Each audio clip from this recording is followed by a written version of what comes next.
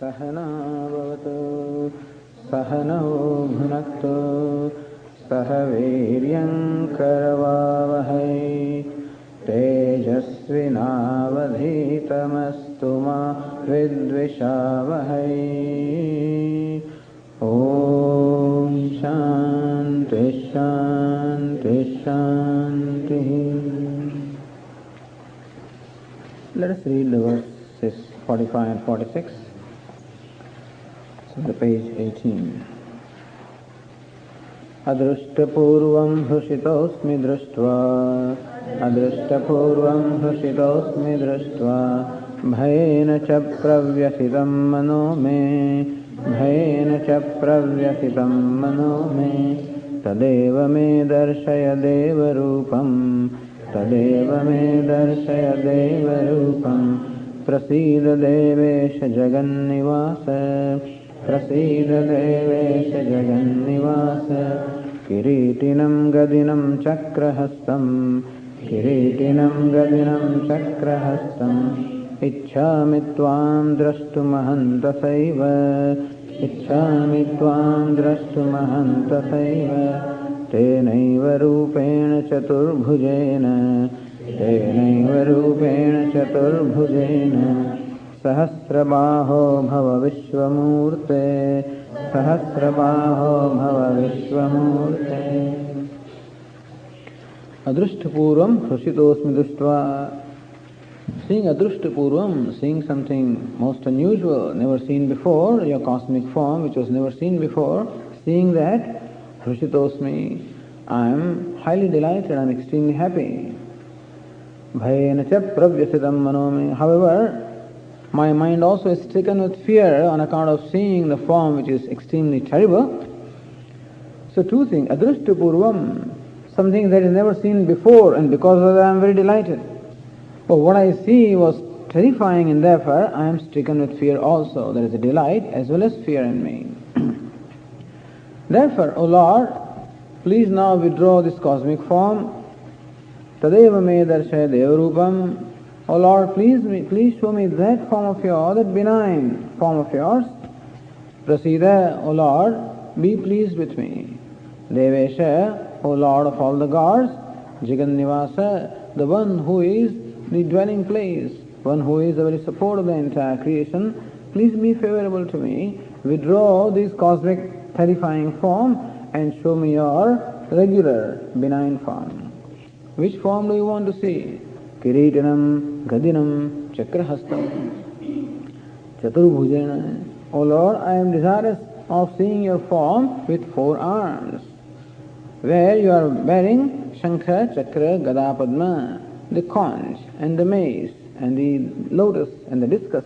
So that form, Kiritinam, and also wearing a crown, please show me that form. Ichchami tvam drashtumaham tasaiva. Now, Ichchami, I am desirous of. Some time ago, he was desirous of seeing the cosmic form of the Lord. Now he says, I am desirous of seeing that form with 4 arms. All right, whatever you want. Tenaiva rupena chaturupmaya. Is that form of your with 4 arms. Sahasrabaho bhava. O Lord, please become that. Please attain that form or show me that form. This is when this is so said by Arjuna. Then continuing from the verse 47.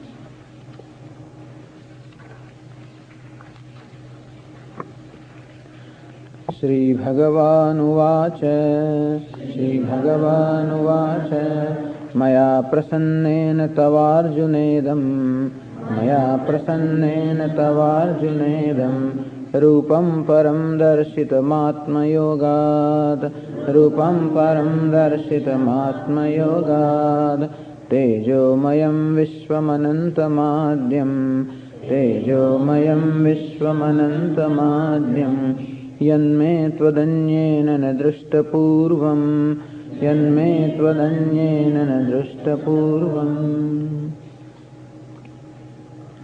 Shri Bhagavan Vacha, when Lord saw that, hey, Arjuna is stricken with fear, and therefore wants to console him, wants to calm him down, and therefore he is telling him, Maya prasannena tava Arjuna, Idam param rupam atma yogad darshitam.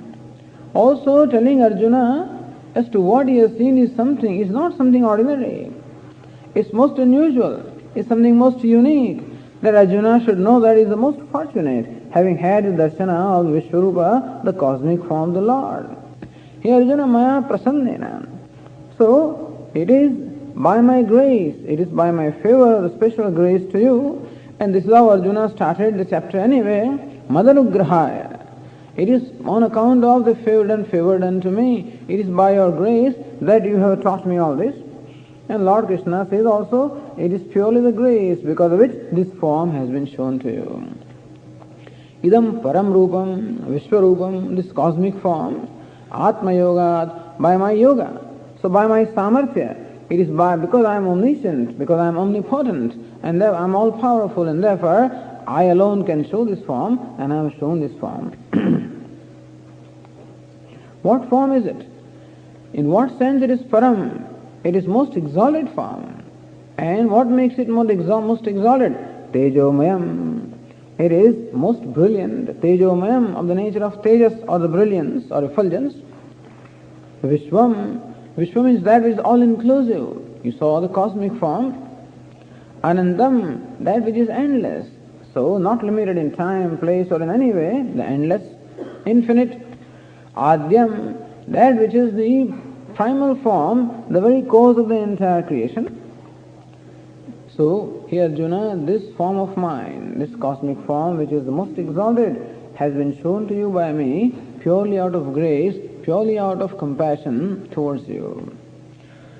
Yanme, this form of mine, tad anyena na drishtapurvam. It is this form of mine is that which no one has ever seen other than you. That means that this form was shown to Duryodhana, but not quite this. The form was shown, it is said, to Yashoda, his mother also, but still, Arjuna, what you have seen, no one ever has seen. And therefore, you must know that you are someone who is extremely fortunate, extremely blessed. And having seen this form, understand that you are already a fulfilled one. That's what Lord Krishna says in the verse 48. न वेदयज्ञाध्ययनैर्न दानैः न वेदयज्ञाध्ययनैर्न दानैः न च क्रियाभिर्न तपोभिरुग्रैः न च क्रियाभिर्न तपोभिरुग्रैः एवं रूपः शक्य अहं नृलोके एवं रूपः शक्य अहं नृलोके द्रष्टुं त्वदन्येन कुरु प्रवीर द्रष्टुं त्वदन्येन कुरु Pravir. How come nobody has been fortunate to see this form of the Lord? Because they lack something which Arjuna has, which Lord will point out. But Lord Krishna says that this form of mine, the cosmic form, cannot be seen by all known conventional spiritual means. Na Veda Yajna Adhyanahi. Adhyana means study. It is not by the study of the Vedas or not by the study of the Yajnas. So you study the Vedas, that is not enough for one to see this form. Yajna. Then you study the Vedas, you study the meaning of these statements of the Vedas, and then you particularly specialize in the study of the yajnas, study of the rituals. So even if you studied all those rituals, even then also it is not possible. That also is not enough to qualify one to this form. Dhanahi, not even by great charities that one can see this. Nacha kriyabihi, and not by any amount of rituals. So not by any amount of rituals, not by any amount of charity, not by any amount of study of the Vedas. Tapobhi ugraihi, not even by severe penances. So people perform severe penances, fasting for a number of days and doing variety of things, and thus those kind of penances, even by severe penances also, it is not possible to see this form. Evam rupaha, this form of mine, the cosmic form, shakya aham nirloke. In the world of man, this cosmic form of mine is not possible for anyone to see, even by all the means, such as the conventional means of study of the Vedas and detailed study of all the rituals. and even by the charity, and even by performance of rituals, and even by performance of severe penances, by all these conventional means, it is not possible for anyone in the human world to see me in the cosmic form that you have seen. Drashtum tvadanyena kurupravira. Hey Kurupravira, O most exalted among the Kurus. Somebody asked this question, Swamiji, how come these people are called Pandavas? How come these sons of Dhritarashtra alone are called Kauravas? And how come these are not called Kauravas? In fact, what we call Pandavas are also Kauravas. Inasmuch as all of them are descendants of the king Kuru. It's interesting how in this lineage, how certain kings who were very powerful and very valiant and otherwise outstanding, so the whole lineage is known by their name, although there are many kings. But somehow these people are known as Kauravas, based on Kuru. Like Rama is known as Raghava.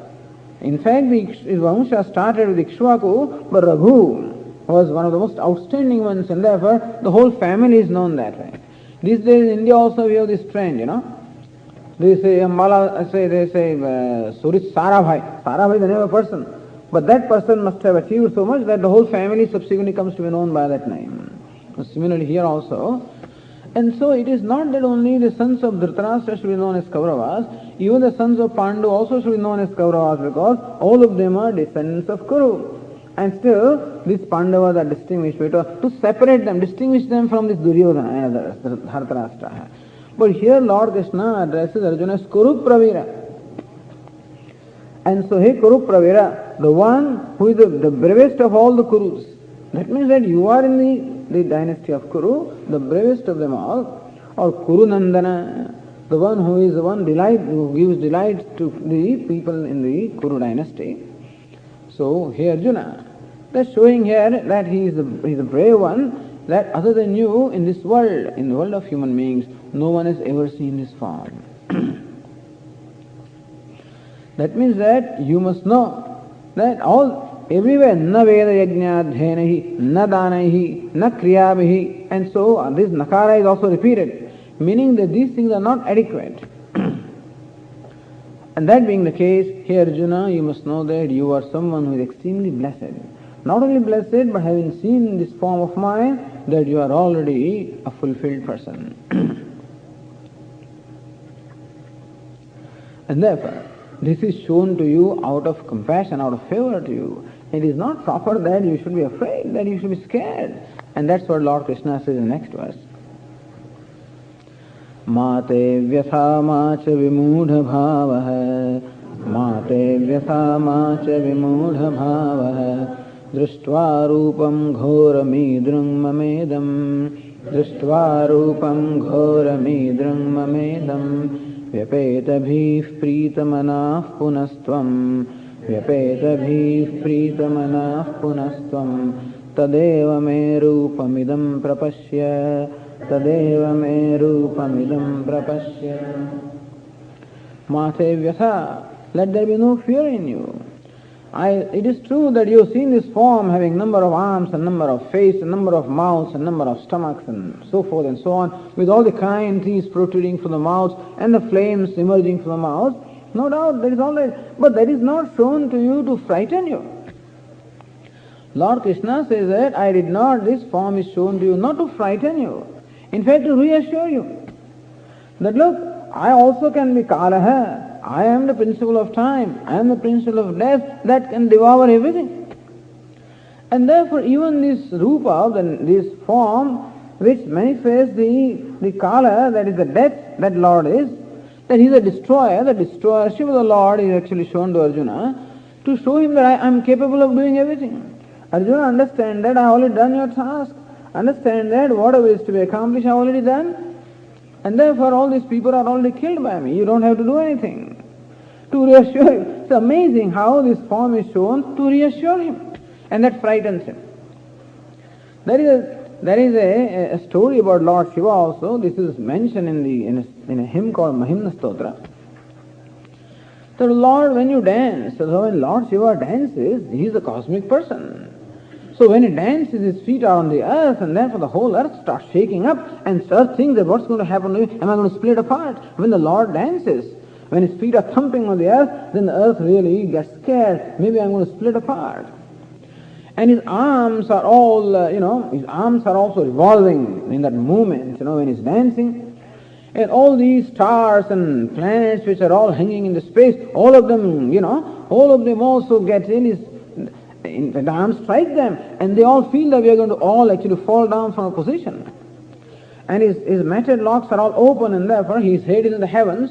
So when his head also whirls around, his hair, it strikes on the surface of the heaven, and the heaven also feels shaken up that we are going to break apart.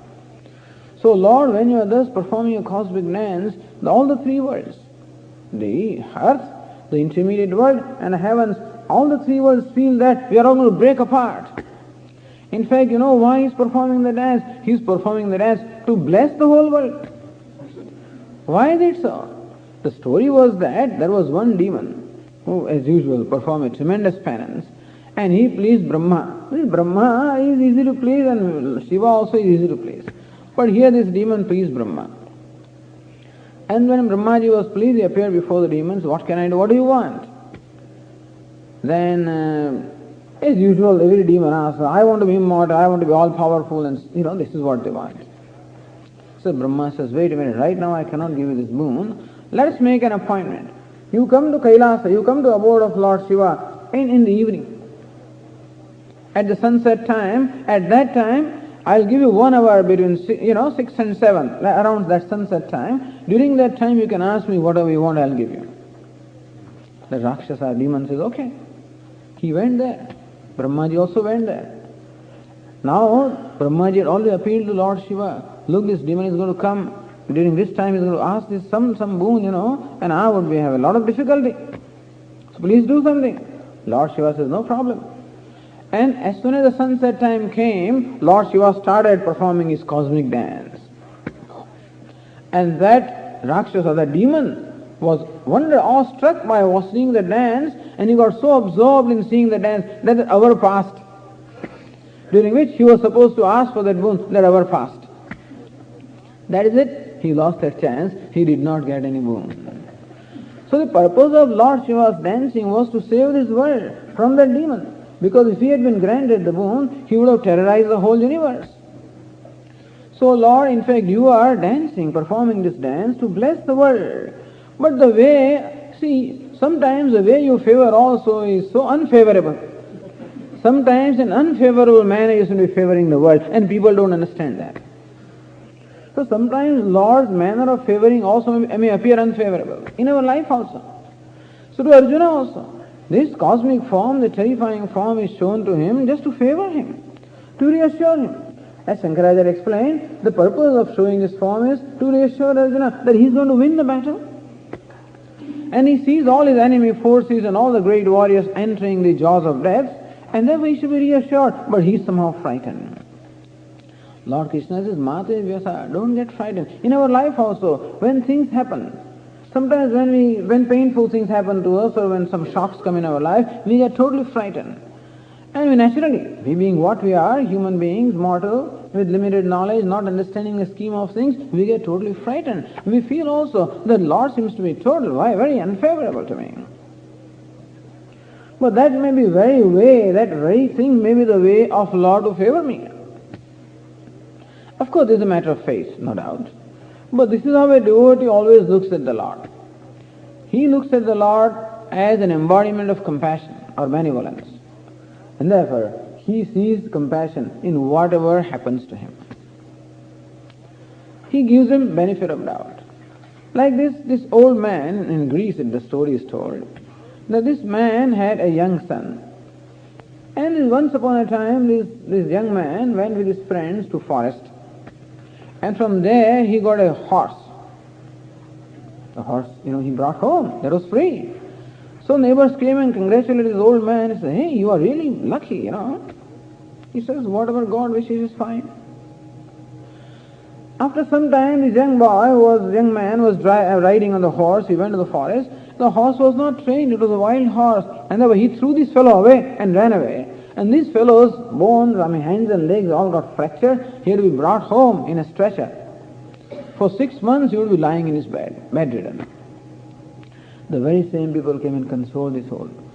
Those that congratulated him came and consoled him. It says, really, it is so sad, that this is the fate of a son, that he really had to suffer this way. He says, whatever God does is fine.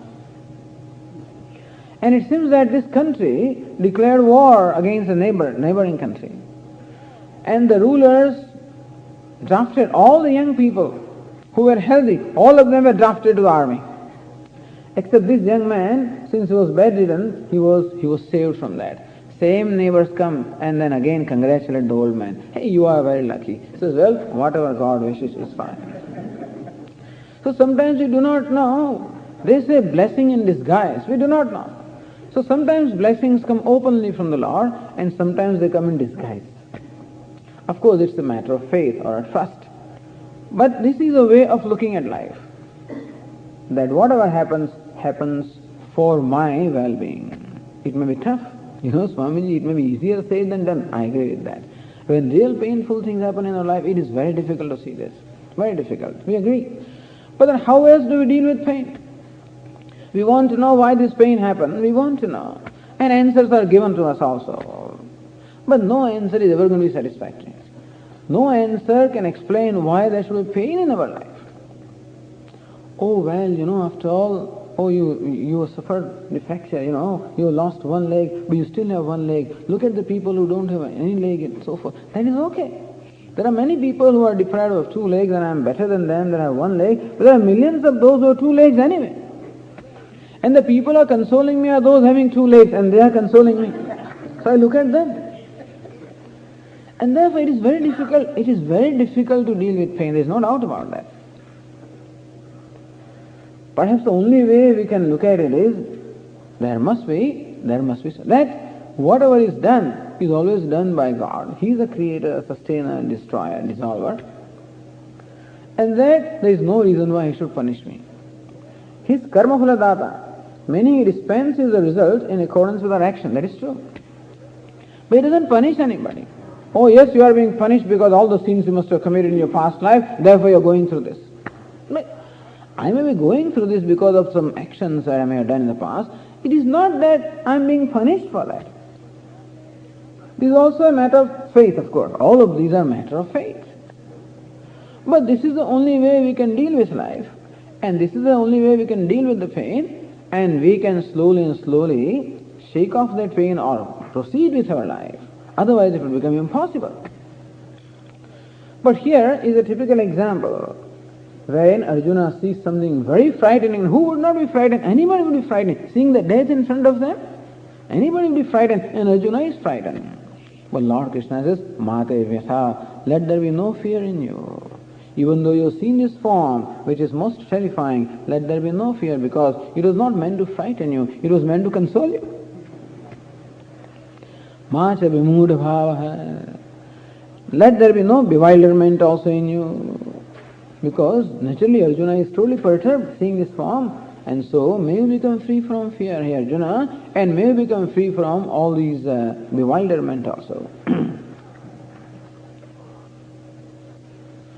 Vepedabhi ghora rupam idrung mamedam. Seeing my this terrible form, let there be no fear in you, and may you not be perturbed. Vepedabhi. So may you become free from fear. Pritamanaha, may you be glad in your mind. May you be pleased in your mind. Punastvam, alright, so that's what you want. It seems to me that the only way you can become free from fear, and the only way you can be pleased in your mind, is when I withdraw this form. And when I show you that other form, okay, if that's what you want, that's what I will do. So Arjuna said, show me that form of 4 hands, of 4 arms. Alright. Tadeva me rupam idam prapasya. And so, may you see that form prapasya, prakarshena pasya. May you see it very well. Bhairahityena, being free from the fear, santoshena, with great satisfaction, may you see that benign form of mine. Here it is. This must be amazing. That he says, I want to see your cosmic form, here it is. First says, please describe to me your glories in great detail. Okay? Please show me your cosmic form. All right. Please show me your form now with 4 arms. Okay. Please now show me your form with 2 arms. All right. Now, have you ever seen a God like this? Never. You know, the way God is portrayed here is something very unique. Where God seems to be like, totally at the disposal. He is, like a servant of his devotee. And the devotee can command him. He can make him dance. That's how the gopis, the cowherd maidens in Vrindavan used to make a little Krishna dance. Because he would go to them and say, oh, please give me some butter. So sorry, we are out of butter. May I have some milk? No milk. Some buttermilk? Very little. May I have half a glass of buttermilk? He would say. All right, first perform a dance, and then we'll give you. Then he would dance in front of them to get that half a glass of buttermilk. This is how God is portrayed, in Hinduism. And that's the kind of God that Lord Krishna is, and is showing to Arjuna. Tadeva me rupamidam prapasya. All at Arjuna, may you see that form of mine. And then Sanjaya reports here, he says what is happening there.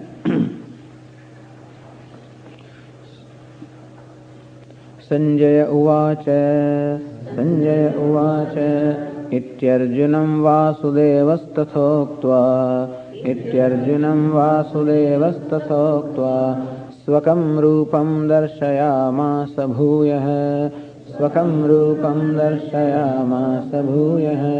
ashvasayamasa cha bhitamenam Bhutva punah saumya vapur mahatma.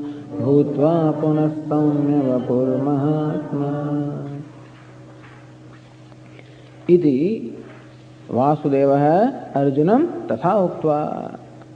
So Sanjaya reports to Dhritarashtra in this manner.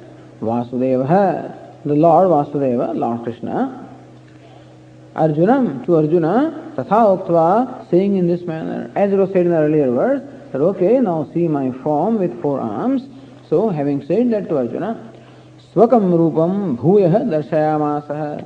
Swakam Rupam, his own form. What is his own form?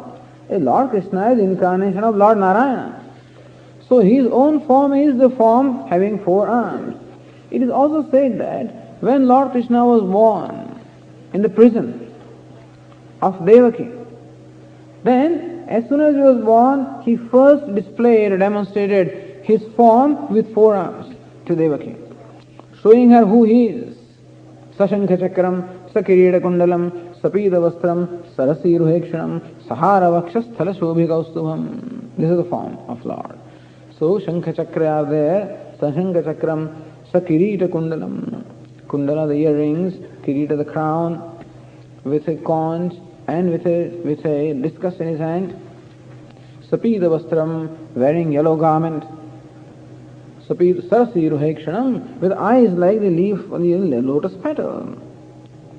Sahara vakshasthalam, on his vakshas, on his chest, a very beautiful garland called Vaijayanti Mala. Kaustubham, and also he wears a very beautiful jewel called Kaustubha. Sahara samsovita kaustubhakshasam. This is how Lord Narayana. So that form. So this is the conventional form of Lord Narayana. Swakam Rupam. His own form, this is what he showed to Arjuna. Darshayamasa, he showed him. And then Ashvasayamasa, Bhitamenam. Arjuna was terrified. Lord consoled him, reassured Arjuna, who was terrified. Bhutva punah samya vapur Mahatma, again. So Lord Krishna is Mahatma. Mahatma means a great soul. Here it is said, one with a beautiful body, with a pleasing body.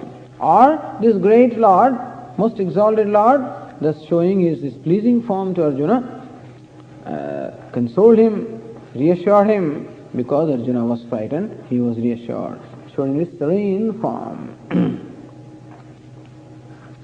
So when this form was shown, then Arjuna now reports what happened to him. Says in the next verse Arjuna. Arjuna uvacha drishtvedam manusham rupam tava saumyam janardana Tava saumyam janardana idanimasmi samvrittah idanimasmi samvrittah sachetah prakritim gatah sachetah prakritim gatah. Arjuna said, Drishtvedam manusham rupam, seeing your pleasing human form. Now this is the third form. There is some kind of a debate here, a little bit of a difference of opinion here. So what is this form now? Arjuna says, Drishtva idam tava manusham rupam, seeing this pleasing human form of yours. So looks like first Lord Krishna appeared before Arjuna in the cosmic form, and then at the request of Arjuna he appeared again in the form having 4 arms, and then once again became the human form, his charioteer. Because Lord Krishna says, see that form. Then Arjuna says, seeing your benign or pleasing human form. What is human form? Is always with 2 arms. And that is how Lord Krishna was driving the chariot of Arjuna. So it appears as though Lord Krishna came back to his original form with 2 arms, a human form. Drishtvaidam manusam rupam tava saumyam. Saumyam is pleasing. Manusam rupam, human form. O Lord, seeing this pleasing human form of yours. Hey Janardana. So Janardana is addressed to Lord Krishna. Janardana has a couple of meanings. One meaning is Jana. Jana means the Bhakta Jana, the devotees.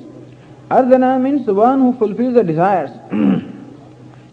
So one who answers the prayers to all the devotees is called Janardana. Or Jana also can be Durjana.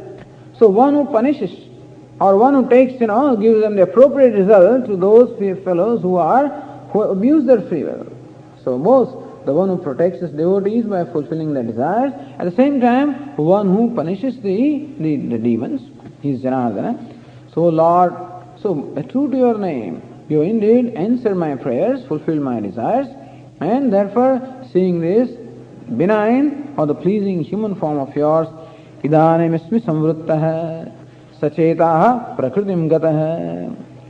So sachetaha, I become now my samvrittah prakritim gatah. I become now calm in my mind, and my original nature is restored. So I restored to my original nature, I become again calm, cheerful, and restored to my original nature. In short, Arjuna says that, Lord, my fear is gone, my bewilderment is gone, again I become calm, restored to my original cheerful nature.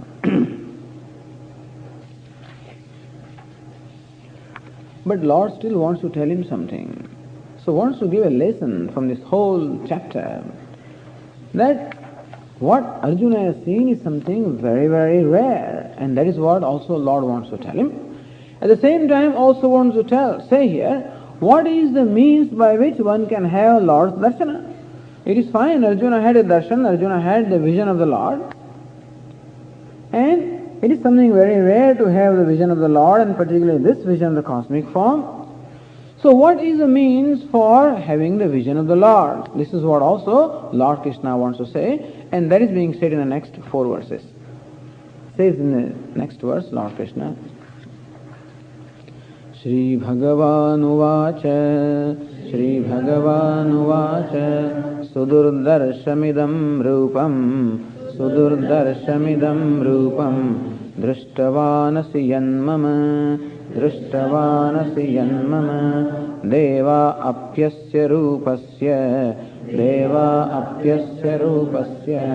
Nityam Darshana.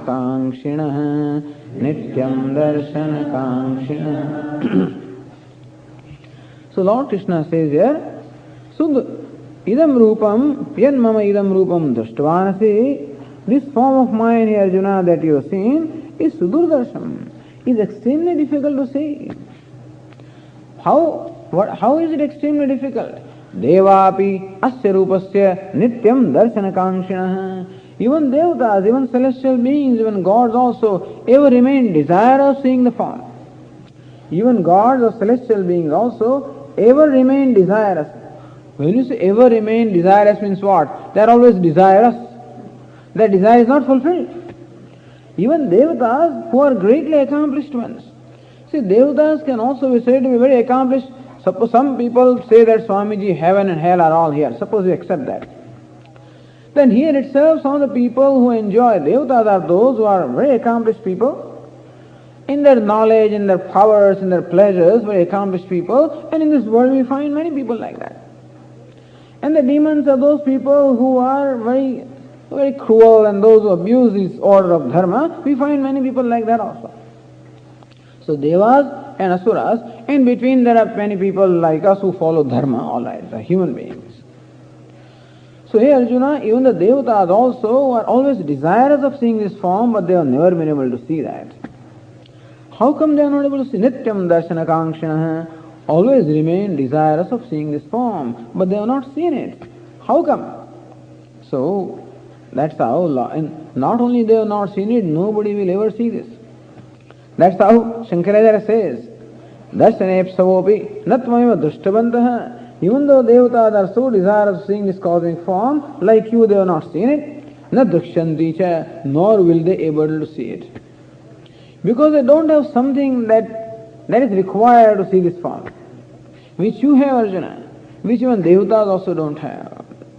So what is it Arjuna has, and what is it other accomplished people do not have, and that qualifies Arjuna to see this, and that deprives them of seeing this form? That is what Lord Krishna says in the next verses. In the next verses, 53. How come they are not able to see this form? That is being explained here. Naham vedairna tapasa, naham vedairna tapasa, nadanena na chejjaya, nadanena na chejjaya, shakya evam vidho drashtum, shakya evam vidho drashtum, drishtavanasi mam yatha, drishtavanasi mam yatha. Now again, as you said earlier, Lord Krishna just repeats, Naham Vedaihi, not by the Vedas, na tapasa, not by even the severe penances, na danena. By Veda we mean any scripture, merely by scriptural studies. That merely by scriptural studies that I cannot be attained. Na tapasa, not merely by even performing severe penances that I can be attained. Na danena, not even by great charitable acts that I can be attained. Naijya, not by performance of many rituals that also I can attain. That merely study the Vedas or scriptures, or the charities, or severe penances, or perform the rituals in themselves are not adequate. Shak evam vidodashtum drishtavanasi mam yatha. The manner in which you have seen me, in that manner it is not possible to see me even by all those spiritual means. No, these are the conventional accepted spiritual means. That's all we do. What else can we do? Yajna, dana, tapas, karma, nat tyajyam. Lord Krishna says one should not give up yajna, dana and tapas. And therefore there should be yajna, meaning the worship of the Lord through rituals, dhanam meaning charity, and tapas means austerities. And of course all that requires that we should study the scriptures. Even if all of it is there in our life, then also Lord Krishna says that I cannot be seen in the manner in which you have seen me. Then how can you be seen? What are the means? That's what is said in the verse 54. Bhaktya tvananyaya shakyah, bhaktya tvananyaya shakyah, ahamevam vidhorjuna, ahamevam vidhorjuna, jnatum drashtum cha tattvena, jnatum drashtum cha tattvena, praveshtum cha parantapa, praveshtum cha parantapa. Tu, however, bhaktya, by bhakti, by devotion. What kind of devotion? Ananyaya bhaktya, by single-minded devotion. Ananyaya. So that bhakti of the devotion in which there is no other object of devotion. So devotees we already are. Each one of us is a born devotee. Because love is the nature of the self, and therefore we are all loving people. There's no question. We are all devoted also. Each one is devoted to something or the other. And I am devoted to that which I look upon as the most important thing in my life. If I think that my child is most important, I am devoted to that. If I think that my job is more important, I am devoted to that. Then you see, people even ignore other things.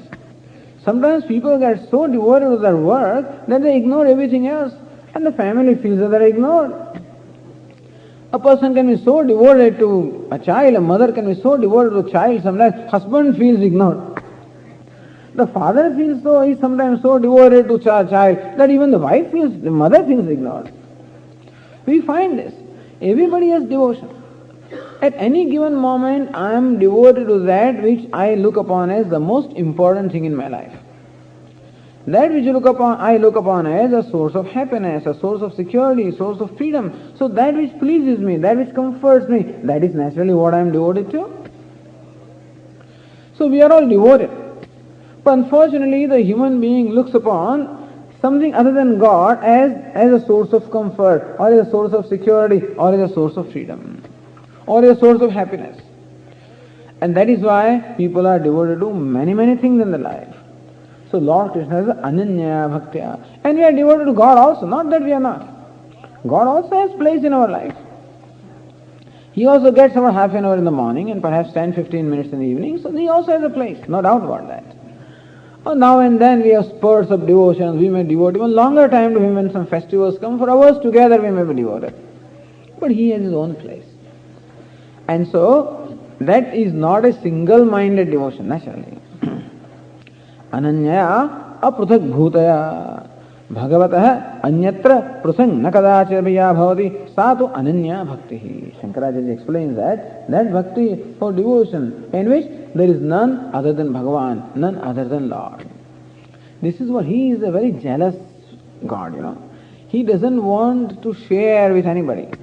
He wants that he alone should have the total place in our heart. He doesn't want anybody else's place. He doesn't accept that. He says, if somebody else is in your heart, you have them. Clear your heart of everything else, then I'll come there. Otherwise I will not come. And so Ananya Bhaktya. And this theme is repeated several times in Bhagavad Gītā. This word Ananya is repeated a number of times. Ananya, Anya means the other. Ananya means non-other. It can have several meanings. A devotion in which, as I said, I am devoted only to Lord and nothing else in my life. And the Vedantins will explain that Ananya means what? In what manner I am devoted. Ultimately that devotion is such that I am devoted to Lord as non-separate from me. Ultimately the devotion culminates into being devoted to Lord as my own self. But however we start, the devotion always starts with Lord being looked upon as different from myself, because this is how at the moment the reality is. But Ananya Bhaktya. And in fact, Shankaracharya also explains what is Ananya Bhakti. Sarvaihi apakaranahi vasudevadanyat nopalabhyate. When one does not see anything other than Vasudeva, meaning Lord, so whatever be the name of the Lord that I use, here it is Vasudeva, Krishna, but whatever. So when one sees nothing other than Lord by all one's sense organs, with the eyes, he sees Lord everywhere. With the ears, he hears Lord everywhere. With the touch, he touches Lord everywhere. When would that be, That would be when one sees the cosmic form of the Lord. Is it not so? One doesn't have to see that form that way. But when one sees Lord as everything.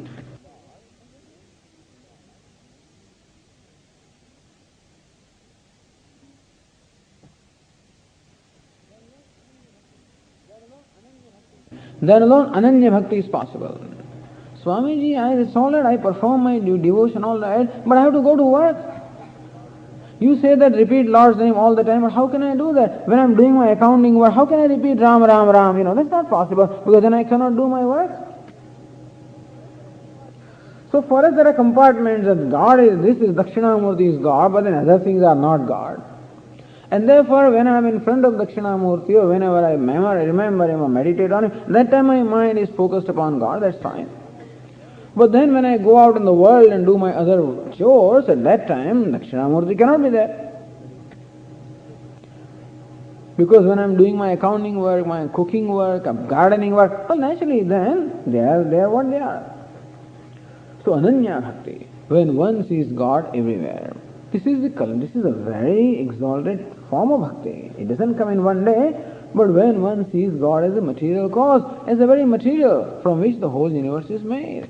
When one sees everything as manifestation of the Lord, just as one sees all the waves as manifestation of the water, and so also one sees every name and form as manifestation of the Lord. Which Lord is that? Asti, Bhati, Priyam. That's Sat, Chit, Ananda. That everything is because Lord in the form of existence is there. That everything shines to me because the Lord in the form of the awareness is there. And things are dear to me, they are attractive to me. That is because the Lord in the form of joy or happiness is there.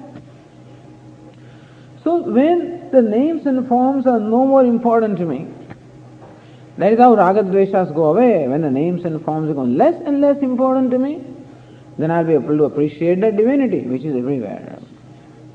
So when Lord Krishna says, when the devotion culminates into ananya bhakti, the single-minded devotion, bhaktya ananya shakya aham evam vidho Arjuna. So whatever bhakti I have, to that extent I see the Lord. Lord Krishna said earlier also, ye yatha mam prapadyante tams tathaiva bhajamyaham. I bless my devotees in the manner in which they worship me. So it is true that if I worship the Lord in a given form, in that manner He will bless me. And I can have darshan of the Lord in that form. If I worship Lord in the form of money, in that way He will appear to me.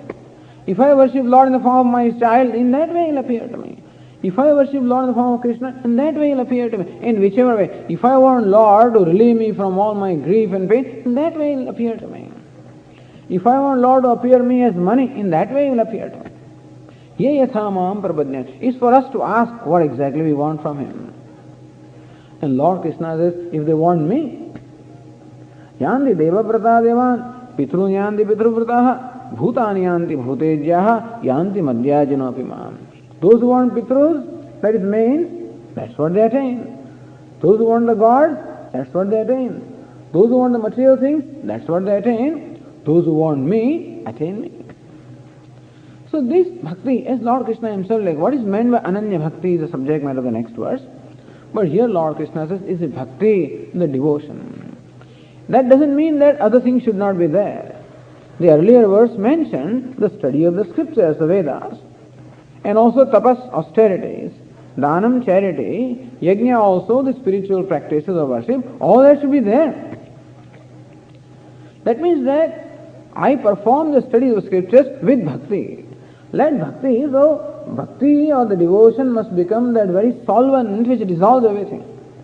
Otherwise all of these things just remain, they just remain like float stamps, So when I do various spiritual practices by themselves, they do yield certain results. But when bhakti of the devotion is there, then all of these yield the result of ultimately help me to achieve Lord, or to know Him. Thus here Lord Krishna presents bhakti or the devotion as a very means of knowledge. So what happens by this bhakti? Jnatum, drashtum cha tattvena, praveshtum cha parantapa. Hey parantapa, again addressing Arjuna as parantapa, the scorcher of enemies. Ignorance is the greatest enemy, of course, and his scorcher of enemies. Jnatum, by the bhakti or by this single-pointed or single-minded devotion, Jnatum, I am possible to be known. So you can know me. So this devotion can become the means of knowing me. What further? Drashtum, this very devotion also can become the means of seeing me. So if you want to distinguish between knowing and seeing, we can say that knowing the Lord, that's called paroksha jnanam, indirect knowledge. And then, so this is what happens first. When we listen to some talks or listen to some tapes and general talks and satsang and so forth, then we come to know. And then we apply ourselves in a more serious way, shravanam, mananam, nididhyasanam, then one becomes committed to this. Listening to scriptures, mananam, reflection upon them, nididhyasanam, meditating, deep meditation. So by that, drashtum, then one knows the Lord. Praveshtum ja parantapa. And entering the Lord. What is my entering the Lord? Meaning that no distance remains between myself and the Lord. That means becoming one with the Lord or knowing Him as my very self when all the obstacles to my knowledge are removed. Obstacles in the terms of what we call habitual error. that identification of the body, etc., these are the habitual errors. So when all of these are also removed, it is bhakti that enables us to do all of this. Lord Krishna says bhaktya. So bhaktya is in the third case, that's the means. By bhakti of the devotion, jnatum, drashtum, tattvena praveshtum. By devotion such as that, one can know me. Having known me, one can see me. Having seen me, one can become me. Praveshtum japanandava. Tattvena, as I am, becoming me, or knowing me as the very self, all of this, Arjuna, is possible by ananya bhakti. In verse 55, Lord Krishna says what that ananya bhakti is. And in this verse also, Lord Krishna tells us in essence, the essence of the whole Bhagavad Gītā. The essence of the whole Bhagavad Gītā and the scriptures is told by Lord Krishna in this one verse 55. Matkarma krun mat paramaha, matkarma krun mat paramaha, madbhakta sanga varjitaha, madbhakta sanga varjitaha, nirvairas sarva bhuteshu, nirvairas sarva bhuteshu, Yassamameti Pandava, Yassamameti Pandava. Even Kathopanishad also talks about this bhakti. You think Upanishad and bhakti is okay. Yes, Kathopanishad also says, one who chooses me, by that I am attained. And so that is clarified there also. Yame vai shavrunate tena labhya. Tasesha atma vivnute tanum swam. Yame vaisha vrunate. So the devotee who chooses the Lord, tena labhya. So one who chooses the Lord, by him the Lord is known. You know, in the olden days there used to be this method of swayamvara, when a princess would actually choose her own mate, her own bridegroom. When all the princes will be invited, and this princess would go and then make a choice. That's called Swayamvara. But you can choose one, of course. You can choose one when all others have been, of course, discarded, no doubt. Similarly, also it says, Yame Vaisha Brunate. We have a whole Swayam, we have a whole code in our life also. Number of things are there which we can achieve. The princess has all these choices. Many princes are there, many kings are there, all of them enjoying a lot of, certain unique qualities, but she chooses one. In our life also, many choices are available, many goals are available, and then we have to choose one. Yame Vaisha Vrunute, the one who chooses that Varamala, that garland, is offered to one. Similarly also, the devotee who offers that garland to the Lord, he is also among many, he is also one among many. And one who offers the garland to the Lord. Yame Vaisha Vrunute, that's called Varanam, choosing. Tasesha Labhya, that person, that seeker alone can get him. So how does he know the Lord? Tasesha Atma Vrunute Tanum Swam, the Lord reveals himself to this devotee. So all that we have to do is to choose him. That's also what Lord Krishna points out here. Mat karmakrit, mat paramaha, mat bhaktaha. So mat karmakrit. What is meant by choosing the Lord? Mat karmakrit. Lord Krishna says here, the devotee who performs all his actions for my sake. Mat karmakrit. So like a servant who performs all the actions for the sake of the master. That this model is pointed out very often by Shankaracharya also. That servant has no personal agenda. The agenda of the servant is the agenda of his master. It should better be that way, of course. Like in our ashram in Ahmedabad, we have a cook who comes, a part-time cook, who comes and cooks the food for us. What is his agenda when he's cooking food? What is his agenda? He cooks food that is liked by the Swami. He will not eat that food. If he has to cook the food, he will cook something else. His food will have oil floating on the surface. And with all the red chili powder and stuff like that. That is how his food would be, which I can't even touch.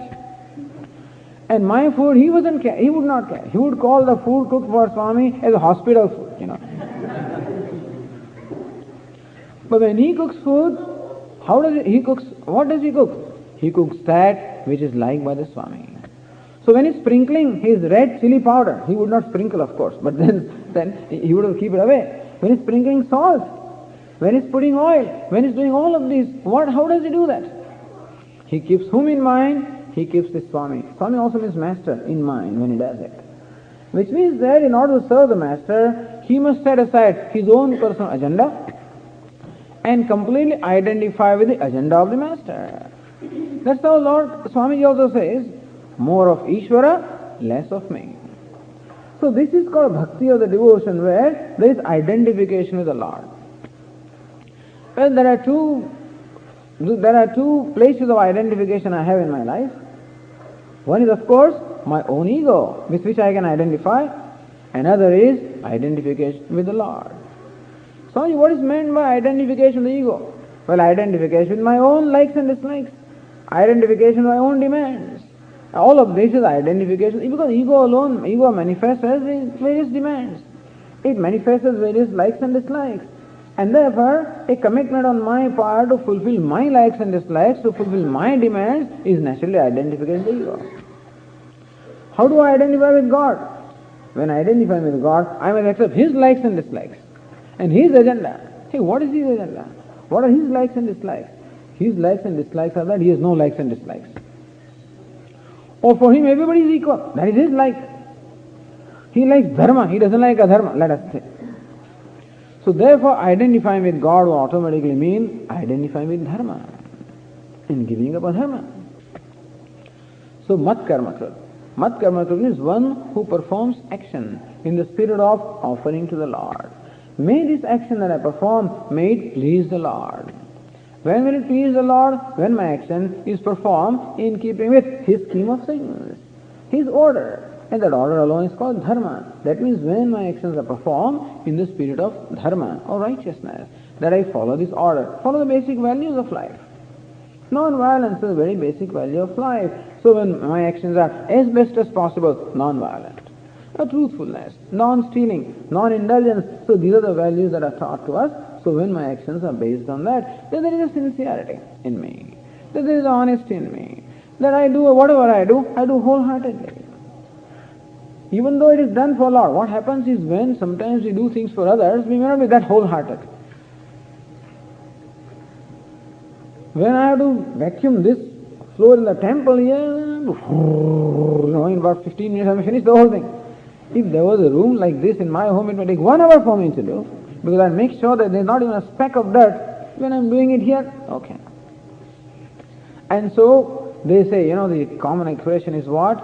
Under the rug. All the dirt is under the rug. Cutting the corners and stuff like that. But when I do it for myself, it's a different matter. When I do it for someone else, sometimes I am not as dedicated or as sincere or as committed. But no, may this please the Lord. And when I perform an action with all my dedication, sincerity, that I wish to please Him. Mat karma krit. Lord Krishna says, the one who performs actions for my sake. None of this is easy, but this is an ideal. Now what happens? We do perform action for the Lord. We do all this, offering to the Lord Dakshinamurti or to other forms of the Lord, whatever I look upon as Lord. But very often, through performs of even worship to the Lord, we still desire something. Many people go to Tirupati in India, and many other temples also, with naturally some desires. And therefore he is one of the richest lords because he has partnerships in many business. So they have 1% partnership of the Lord, So whatever profit I make, 1% I'll give, 1% I'll give to the Lord. The rest of 99% I will keep. But even that also is, with so many people, giving him 1% or something like that also makes him very rich. And so, our mind being what it is always seeking some kind of a personal reward through what we do. So Lord Krishna says, Mat Paramaha. So through performing action for me, even through worshipping me, that they do not want something else. A servant's example is not adequate then. Yes, the servant is the one who is a good example for mat karma krit, one who performs all the actions for the sake of the master, one who identifies the agenda of the master, and one therefore who sets aside leaves aside his agenda. But even that servant also ultimately wants some kind of reward for the master, because he doesn't want to be one with the master. He loves his wife and children. So his commitment is what? His commitment is to serve his wife and children. Lord Krishna says, no, that's not enough. That you serve me, mat paramaha, that you should serve me for my sake, not for something else. So when you come to me, don't make demands that I want this and I want that. He will fulfill those demands. But he would like that why in performing the action, we say, Lord, I want you. Mat paramaha. Mat paramaha means one who looks upon me as the ultimate goal. So the reward that I want through the performance of my actions is what? I want Lord as a reward. That makes sense, is it not? Because Lord means everything. Unfortunately, human beings don't have that kind of a discernment in their life, and therefore they always want small things. Lord's mat paramaha. This shows the intelligence. This shows what is called viveka, or discrimination. So this commitment is something that is in our intellect. It comes as a result of understanding our life as to what it is that I am seeking in my life. That what I am seeking is none other than limitlessness. That I want unconditional freedom. I want wholeness or fullness. And that is what we call Brahma. And that's all I want. So mat paramaha. Lord says, those who want me. Mad bhaktaha. Those who love me. Those who are devoted to me. That means that this mat karma krit, the actions are performed with devotion to me, and as a result of performing action also, they want me and nothing other than me. This is the total identification of the Lord. But Lord, how can I love you? I have other things also. Putradishu snehe sati. I have my wife and children and my home and all these things are there. So how can I love you alone? He demands that he should be only object of love. He demands that he should be the only goal in life. He demands that all actions be performed for him. So actions are performed at the level of my body and sense organs, devote them to me. The love is always done through the heart, devote that to me. And the goal is entertained in the mind, in the intellect, devote that to me. He wants, in short, our organs of action, our heart and our intellect, everything devoted to him. In order to do that, it is necessary that I must withdraw my identification of other things. And that's what is said here. Sangha varjita. So one who is free from sangha or attachment. When one is free from attachment for every external thing. There is wife and children and home and wealth and job and promotion and name and fame and this and that. In course of time, when one discovers an attachment for the Lord which is greater than all these attachments. And that also comes by understanding. After all, attachment is a result of some understanding anyway. As I said, I am attached to that which I look upon as a source of happiness, a source of security. That automatically is an attachment. So when I discover that Lord is a real source of security and happiness, all attachment is withdrawn automatically and is focused there. Sangha varjita. So one who is free from any sangha or attachment anywhere. Nirvairaha sarva bhuteshu. One who is free from vaira, enmity towards everybody, all the beings. Because these are the things that distract our mind. Understand, two things distract our mind. One is attachment. So whenever I am attached to something, my mind always goes there again and again. Swami, I am concerned about my job. I am concerned about my son. I am concerned about my house. I am concerned about this. When does that concern arise? Because of an attachment, naturally. And therefore, attachment draws away my mind to that object of attachment. Therefore, Lord Krishna said, so, sangha varjitaha, free from attachment to everything. Other thing that takes from my mind is my dvesha, the aversion, the dislike I have, hatred that I have, enmity. There also I may have. I may hate something. I may be envious of something. I may be inimical to somebody. Even that also becomes a great distraction. Therefore Lord Krishna says, Nirvairaha sarva bhuteshu. One who is free from enmity towards all the beings. What do you mean all the beings? Swami, do you know this fellow? He hates me. What can I do to him? Not only he hates me, sometimes he is positively harming me. There are some people, in fact, who are doing harm to us. So Lord Krishna says, Sarva Bhuteshu. Even those who are committing harm to me, even to them also, there is no Vairabuddhi, there is no enmity. This is called Ananya Bhakti. So in this verse, Lord Krishna defines what is meant by bhakti or devotion. That ultimately I become totally non-violent. And when does that happen, that I do not even have enmity towards someone who is doing harm to me? When would that happen? When I can see God in him also, or whatever it is. That's a culmination. The culmination of non-bhakti is that I appreciate Lord everywhere. Nirvairaha sarvabhuteshu yaha.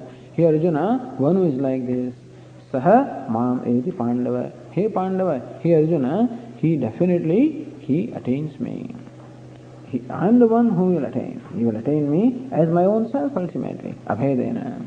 Mam eti, he comes to me. That means he attains me as his own self.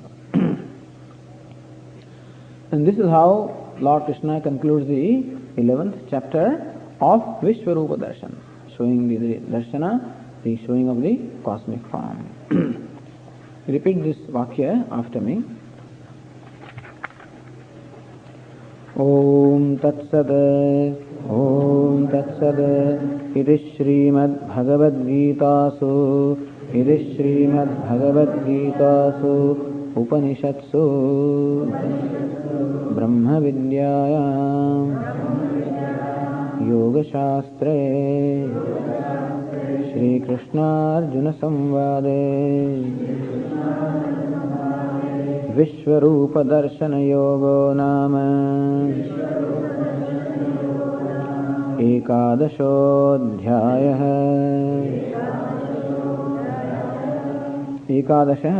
the 11th chapter, Vishwarupa Darshana. It is called Darshana, or the seeing of the cosmic form.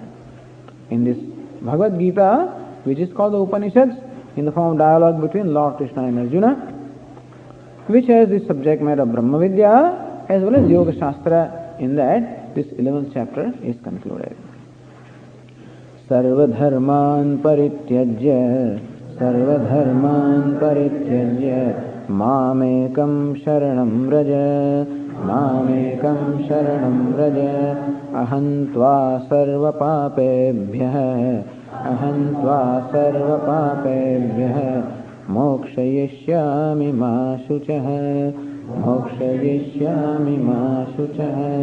Hari Om.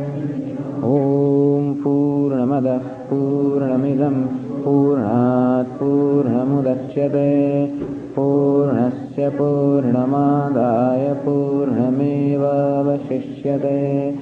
Om Shanti Shanti Shanti. Shankaram Shankaracharyam Keshavam Badarayanam Sutra Bhashya Krutau Vande Bhagavantau Punah Punah Ishvara Gururatmedi Murti Bheda Vibhagine Vyomavad Vyapta Dehaya Dakshinamurtaye Namaha. Om Shanti Shanti Shanti. Hari Om. Shri Gurubhyo Namaha. Hari Om.